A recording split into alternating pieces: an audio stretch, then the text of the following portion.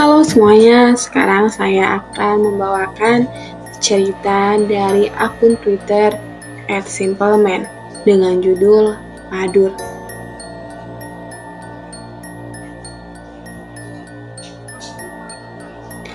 Saya tidak bisa menampik sepanjang hidup saya sudah pernah beberapa kali mengalami gangguan gaib yang entah sudah berapa kali saya alami. Mulai dari gangguan biasa sampai gangguan yang sampai membutuhkan campur tangan pertolongan orang lain. Mulai dari sosok anak kecil yang tidak terima karena binatang kesayangannya nyaris saya tangkap, sampai hantu wanita yang dulu sempat mampir di kehidupan saya, meminta saya. Tapi sampai saat ini, saat saya menulis tulisan ini, ada bagian dari diri saya yang lain yang masih menolak hal ini. Dunia lain atau apa yang disebut dunia gaib masih terlalu tabu bagi saya, padahal saya sendiri sudah tidak asing dengan hal ini sampai akhirnya saya mendapatkan jawaban dari seseorang. Beliau menyebut apa yang saya alami ini dengan sebutan padur, di mana batas dua dunia dipertanyakan. Bila saya menyelam ke dalam ingatan masa lampau saya jadi mengingat satu kenangan di mana itu adalah pertama kali saya mulai bersentuhan dengan hal gaib. Iya, saya masih ingat betul. Saat melihat wanita mengenakan pakaian putih, berambut panjang sedang berlutut membelakangi. Ini sedikit menggelitik, tapi cukup membuat merinding, terutama bila memikirkan bahwa apa yang saya lihat adalah saat di mana matahari masih di atas kepala. Siang hari. Tak hanya itu, saya sedang bersama kawan lain, lebih dari 5 anak. Jadi, apakah hantu benar-benar muncul di waktu malam? Rumah saya berjarak tak jauh dari kuburan. Di depan rumah saya ada lahan luas, lahan milik Bu Rombe. Kalian tahu siapa dia? Dari lahan Bu Rombe bisa melihat langsung ke arah gerbang kuburan, tempat saya melihat wanita misterius itu. Saya yang pertama melihat lantas berhenti, mematung, memandang ke sosok misterius tersebut, untuk membenarkan apa yang saya lihat itu benar-benar saya lihat. Saya lalu memanggil sepupu saya, bertanyalah saya kepadanya, "Iku opo?" Sepupu saya juga melotot, kebingungan. Melihat bersama-sama ada keinginan untuk mendekati. Serius, waktu itu saya sudah berjalan perlahan-lahan mendekat. Mungkin penasaran, tapi untungnya saat itu sepupu saya menghentikan. Dia lebih memilih memanggil Simbah, kakek saya yang kebetulan sedang berkebun di samping. Pergilah saya ke kakek bersama sepupu saya. Kami memaksa orang tua yang cukup renta itu untuk ikut melihat ke sosok wanita yang membelakangi kami tepat di area kuburan. Saat kami menunjukkan itu kepada beliau, sosok itu hilang, lenyap, benar-benar tidak ada di tempatnya. Aneh. Saya dan sepupu bengong, kakek ngedumel. Marah bilang kalau kami sedang mengerjainya. Saya bertanya ke sepupu untuk membenarkan apakah penglihatan saya menipu. Sepupu hanya menjawab apa yang saya lihat juga dia lihat. Tapi bagaimana sosok misterius itu bisa menghilang? Entahlah. Sampai sekarang tiap saya ingat hal itu, antara geli dan tidak habis pikir. Lalu semakin dewasa, saya masih mencoba berpikir secara rasional meski pengalaman saya dengan dunia seperti itu semakin banyak.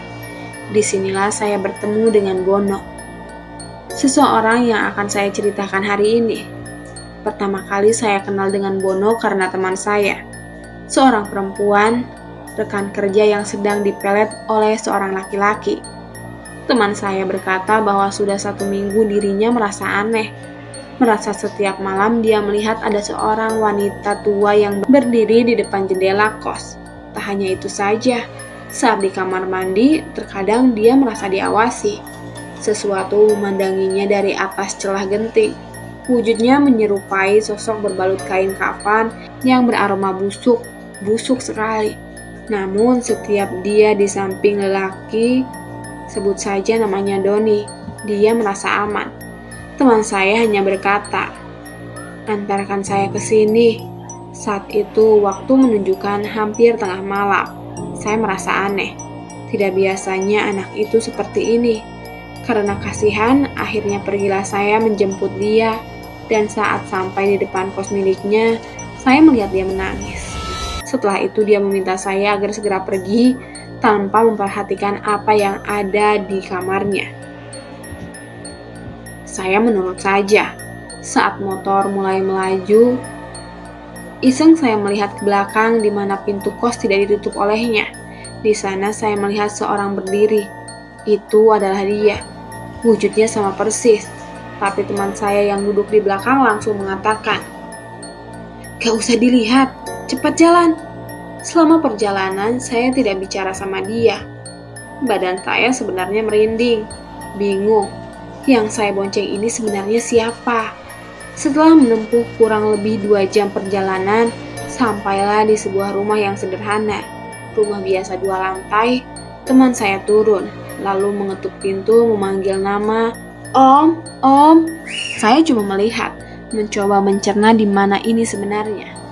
Keluarlah lelaki berkumis tebal parubaya.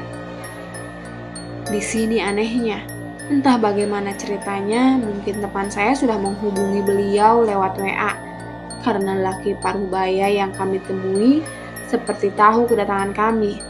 Lebih aneh lagi saat menyuruh kami masuk, di mana dia memanggil nama teman saya, sebut saja Mita. Juga nama saya.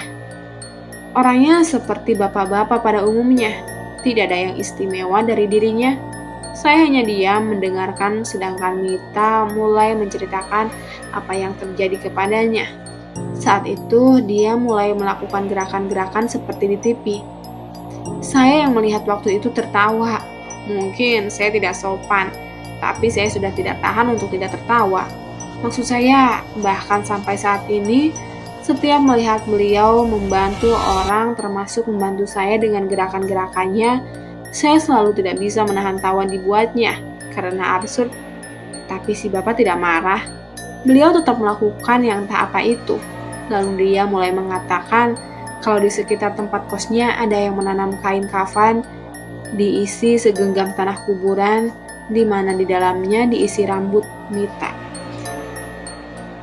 Hal ini membuat lelembut menggerumuni tempat tinggalnya. Saat malam hari, sosok wanita tua akan memainkan rambutnya, membelai seperti cucunya sendiri. Namun yang sebenarnya makhluk itu lakukan adalah menyakiti Mita perlahan-lahan, menanamkan penyakit yang saat ini mulai menyerang tubuhnya. Saya yang mendengar hal ini mulai serius. Bapak ini akhirnya setuju membantu Mita. Tapi Mita harus membawa bapak ini ke tempat kos. Disinilah saya mulai percaya bahwa bapak ini bukan orang biasa. Benar-benar di luar nalar. Tapi cerita Mita ini akan saya ceritakan lain kali karena ceritanya cukup panjang. Malam ini saya hanya ingin menceritakan Padur, tentang bapak yang saya panggil dengan Pak Bono ini, dan apa saja yang saya dapat dari kisah-kisah beliau sampai di titik ini. Malam itu saya dihubungi beliau, Pak Bono, di mana beliau meminta tolong saya untuk menolong seorang nenek yang belum bisa mati, dan menurut keluarganya hal ini tidak wajar. Saya yang mendengarkan beralasan kalau sedang berada di luar kota. Tiba-tiba Pak Bono mengatakan,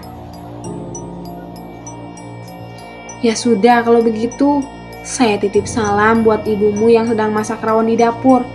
Kaget, bagaimana orang ini bisa tahu? Akhirnya saya mengatakan kalau saya mau menemani beliau. Malam hari selepas Isya, Pak Bono datang menjemput saya dengan mobil. Beliau sempat bertemu walaupun sebentar. Di sini hal yang paling saya hindari. Pak Bono melihat sekilas dan langsung tahu di mana saja penghuni rumah yang saya tinggali.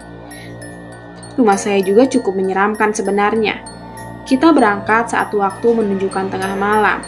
Di rumah kawan saya, Pak Bono langsung duduk, bertanya perihal nenek yang diceritakan. Di sini saya menjadi mengerti orang seperti Pak Bono mencari tahu informasi hanya butuh namanya saja. lalu dia tahu semuanya. Semua, bahkan saat si nenek masih muda. Mulai dari sifatnya yang nakal, sampai masa saat dia pernah menikahi lebih dari 5 kali. Di sini saya benar-benar kagum tapi juga ngeri. Bahkan dia tahu makhluk apa saja yang saat ini ada di samping nenek, padahal kami belum masuk ke dalam kamarnya. Di sini juga saya tahu, ternyata cara beliau menolong itu menggunakan minyak wangi. Jadi ada 5 jenis minyak wangi yang dibawa dan semuanya punya nama. Sialnya saya nggak hafal, karena sedikit berbahasa Arab, tapi ada yang berbahasa Jawa. Nah, dari sini kita mulai sedikit serius. Sambil bercanda dengan tuan rumah, saya memperhatikan Om Bono mengolesi telapak tangannya dengan satu botol kecil dari 5 minyak yang dibawa. Dioleskan begitu saja, harumnya langsung memenuhi ruangan. Tapi siapa sangka, bila sebenarnya saat dia sedang berdialog dengan tuan rumah, Om Bono sedang melihat keseluruhan lingkungan ini. Ia tak mau kecolongan, itu katanya. Karena sebelum bertindak tidak ada yang tahu bagaimana makhluk seperti mereka bertindak. Sudah lebih dari 4 kali saya memperhatikan Om Bono ini mengolesi telapak tangannya, sampai akhirnya di botol kelima dia mengatakan kalau sosok yang ada di samping nenek bukan kodam sembarangan. Karena saya juga baru menyadari bahwa minyak yang aromanya wangi itu bisa lenyap dalam hitungan detik. Saya biasanya cukup pakai minyak satu ini, tapi rupanya yang memegang si Mbah ini bukan makhluk sembarangan, kata Om Bono sambil tertawa. Setelah berhasil menemukan minyak yang tepat, barulah lelaki ini meminta tuan rumah menunjukkan kamarnya. Saat itu, saya diminta tuan rumah untuk ikut, walaupun saya sebenarnya malas sekali. Tapi ya sudahlah, saya juga penasaran bagaimana metode Om Bono kali ini. Om Bono masuk ke kamar tempat nenek itu sedang tidur di alas dipan tua. Saya ikut masuk dan saat itulah saya melihat dengan mata kepala saya sendiri. Nenek yang tidur di dipan itu langsung duduk lalu melotot sama saya sambil bertanya, "Siapa itu?" Saya masih ingat wajahnya. Om Bono langsung berteriak, "Jangan masuk dulu!" Jantungku rasanya tidak karuan, badan langsung dingin. Sementara tuan rumah mengatakan kalau jangankan duduk, menggerakkan anggota tubuhnya saja itu harus dibantu. Di sini saya mulai terkejut mendengarnya. Cukup lama Om Bono berdialog dengan wanita tua ini. Saya dan tuan rumah hanya mendengarkan dari luar. Anehnya dengan Om Bono, wanita tua ini baik sekali, padahal biasanya dengan orang baru atau orang yang sebelumnya dimintai tolong tak pernah seperti ini. Saat itu, Om Bono mengizinkan kami masuk. Itulah saat saya bisa melihat tubuh kurus kering wanita tua ini dengan kedua kaki yang hitam seperti terbakar. Kondisinya benar-benar mengenaskan. Saya sampai tidak tega melihatnya. Wanita ini hanya berkata, "Cekik aku. Tolong nak, bunuh saja aku. Aku sudah gak kuat." Wanita tua itu terus berteriak seperti itu. Om Bono lalu berdialog dengan tuan rumah, bertanya apakah beliau memiliki guru. Anak-anaknya tidak ada yang tahu. Om Bono juga tidak bisa menebak lebih jauh. Lalu Om Bono menunjuk sudut kamar. Di sana beliau berkata, "Wujudnya lelaki. Wujudnya jelek sekali. Ini kodam milik gurunya yang menurun tanpa disengaja. Kasihan, karena si Mbah tidak tahu kalau dia diikuti." Setelah berdiskusi dengan tuan rumah, mencari jalan yang terbaik, akhirnya sepakat bila Om Bono akan mengambil secara paksa. Beliau memijit kaki wanita tua itu yang sebenarnya tidak bisa digerakkan sembari bertanya kepada tuan rumah, "Pernah mengganggu?" Salah satu anaknya menjawab, "Pernah Om. Kadang dia suka manggil-manggil, tapi suaranya itu terdengar bukan suaranya si ibu. Dia suka menggoda malam-malam." Om Bono hanya mengangguk. Saya yang penasaran lalu bertanya, "Memanggil bagaimana?" Disinilah tuan rumah bercerita. Saat beliau tidur sendiri di kamar, tiba-tiba terdengar suara, "Ti, bangun Ti, kesini nak, ibu kangen." Ibu Sumiti akhirnya terbangun. Ia mencari sumber suara yang rupanya datang dari kamar wanita tua itu. Perlahan-lahan Bu Sumarti mendekat. Dia berdiri di depan pintu, berniat membuka saat beliau menyentuh, lalu dari balik pintu suara itu terdengar menggelegar. "Kamu itu apa nggak kasihan denganku? Aku lapar." Suara itu seperti suara lelaki. Akhirnya semenjak kejadian itu, setiap malam sebelum tidur, Bu Sumarti menyiapkan makanan di atas piring, meletakkannya begitu saja di dalam kamar, dan anehnya makanan itu bisa habis dengan sendirinya, padahal wanita tua itu tidak bisa bergerak sama sekali. Pak Bono terus-menerus memijit, lalu perlahan-lahan wanita itu mulai menjerit seperti kesakitan. Padahal Om Bono hanya menyentuh kulitnya saja, tapi rasanya teriakan wanita itu seperti badannya sedang dikuliti. Anak-anak dari wanita itu sampai meninggalkan ruangan, tidak sanggup melihat ibunya tersiksa seperti itu. Saya menemani Om Bono selama proses itu. Lama sekali. Om Bono lalu memastikan bahwa tak ada lagi yang menahan si wanita itu. Untuk itu, Om Bono meminta baju bekas dari wanita tua ini. Om Bono berkata, kodam yang entah milik siapa ini menurun secara tidak sengaja, ditambah rupanya dulu wanita tua ini diam-diam memperagakan sesuatu yang Om Bono tidak bisa ceritakan. Namun beliau hanya menyebut saat muda wanita ini sangat-sangat nakal, sehingga dia harus menuai akibatnya. Tapi Om Bono merasa yakin bahwa kali ini mungkin tak lama lagi wanita tua ini bisa pergi dengan tenang. Ia sudah membawa kodam itu, menyimpannya di dalam tubuhnya untuk dilepas di dalam rumahnya. Saya yang mendengar cerita dari mulutnya kadang merasa bingung. Om Bono tidak pernah meminta tarif, tidak pernah meminta apapun. Katanya dia memang suka membantu. Hal itulah yang membuatnya merasa hidup. Saat Om Bono masih muda, ia sudah pernah mencoba ilmu yang sangat hitam. Namun seiring waktu, Om Bono percaya hitam dan putih tak berbeda jauh. Ia bahkan menceritakan pengalamannya membantu seorang ayah yang mau mencari pesugihan. Om Bono membantu, menuruti permintaannya, namun beliau berpesan, perjanjian dengan makhluk seperti itu tidak sebanding dengan hasilnya. Namun ayah itu tidak memperdulikannya. Ia ingin kembali kaya. Saat itulah Om Bono menyadari bahwa manusia tidak lebih dari makhluk yang tidak tahu apa-apa dari luasnya dunia yang bisa dilihat dan tidak terlihat. Ayah yang meminta pesugihan itu menjerit, melonglong nyaris gila saat akhirnya menolak pesugihan itu setelah diperlihatkan apa yang harus dia bayar, di mana dalam semedinya ia melihat anak perempuan pertamanya dicabik-cabik oleh buaya. Tulang belulangnya disisakan untuk si ayah sebagai ganti harta yang bisa diberikan. Tapi itu adalah kisah masa lalu Om Bono. Sekarang beliau memilih bekerja di pabrik obat, sembari sesekali membantu orang. Jujur, Om Bono ini adalah salah satu orang yang paling saya hormati. Selain bisa menjadi sosok kebapaan, beliau juga bisa menjadi sosok teman. Banyak sekali pengalamannya tentang dunia. Tulisan ini saya buat untuk menghormatinya. Kalau di luar sana pasti masih banyak orang-orang baik yang tidak serta-merta menggunakan ilmunya untuk keburukan seperti lelaki ini.